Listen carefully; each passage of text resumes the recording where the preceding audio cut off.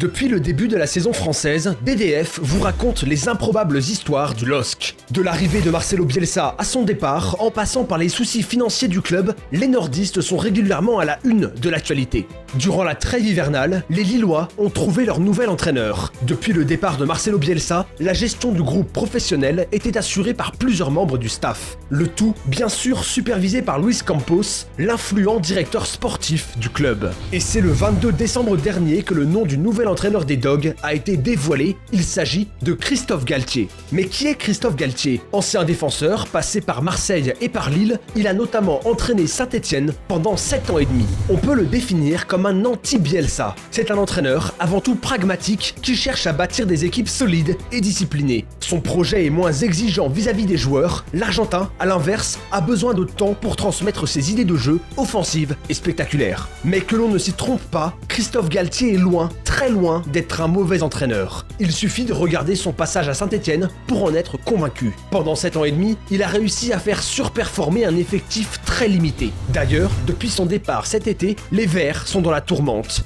Galtier arrivait à obtenir des bons résultats, mais ses successeurs sont en grande difficulté sur le banc stéphanois, ce qui prouve la qualité de son travail. Lille a d'ailleurs entamé 2018 par une victoire 4-2 en Coupe de France face au Mans. Une victoire forcément bénéfique pour le moral des troupes, même si l'adversaire évolue actuellement en 4e division française.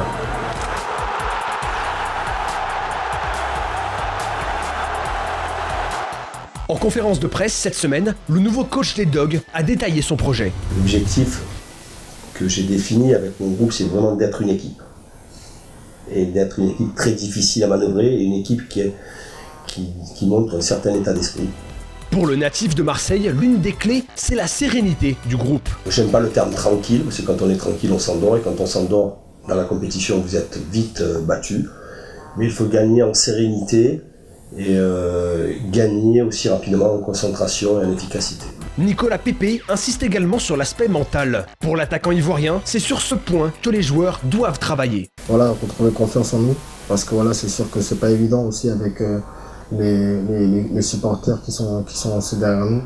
Voilà, on joue aussi pour leur redonner le plaisir de venir au stade, et c'est sur ça aussi qu'on se base. Si les discours sont clairs et précis, le contexte est toujours aussi perturbé à Lille. En raison de ses problèmes financiers, le club est interdit de recrutement cet hiver. Impossible donc de se renforcer et d'apporter du sang neuf à l'effectif. Joël Domenighetti, qui suit le LOSC pour le journal L'Équipe, analyse pour nous la prise de fonction de Christophe Galtier. J'espère que Christophe Galtier a mesuré la difficulté de sa tâche, oui. Après, il a apprécié, malgré les difficultés de recrutement, ou l'impossibilité de recrutement, une qualité d'effectif qui lui permette de faire entre 8 et 12, ce qui, à mon sens, est également assez cohérent comme raisonnement. Au-delà de ses soucis de recrutement, Galtier est-il l'homme de la situation? Ce sera l'homme de la situation si les résultats s'améliorent, si le jeu est plus construit et si le LOSC sort de cette 18e place qui est assez préoccupante.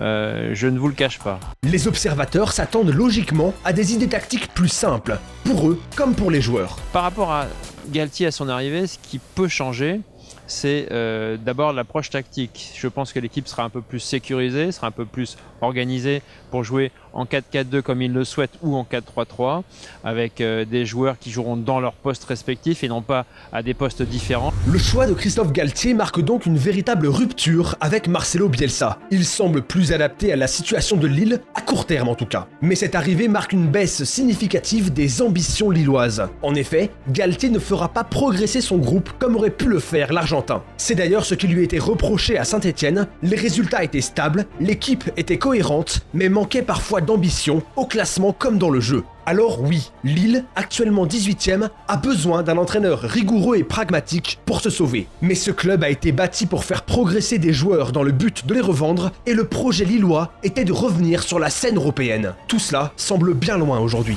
Les problèmes financiers, eux, n'ont pas disparu et les doutes persistent. Le projet de Gérard Lopez est-il solide? Le LOSC est-il à la merci de créanciers très sévères, comme c'est le cas du Milan AC actuellement? Les nordistes doivent trouver de la sérénité, au moins sur le terrain. Mais bien difficile d'être serein lorsque plus personne n'arrive à y voir clair. Dans le jeu, les choses devraient se préciser assez rapidement. Pour le reste, les Dogs sont toujours plongés dans un épais brouillard, au sens propre comme au sens figuré.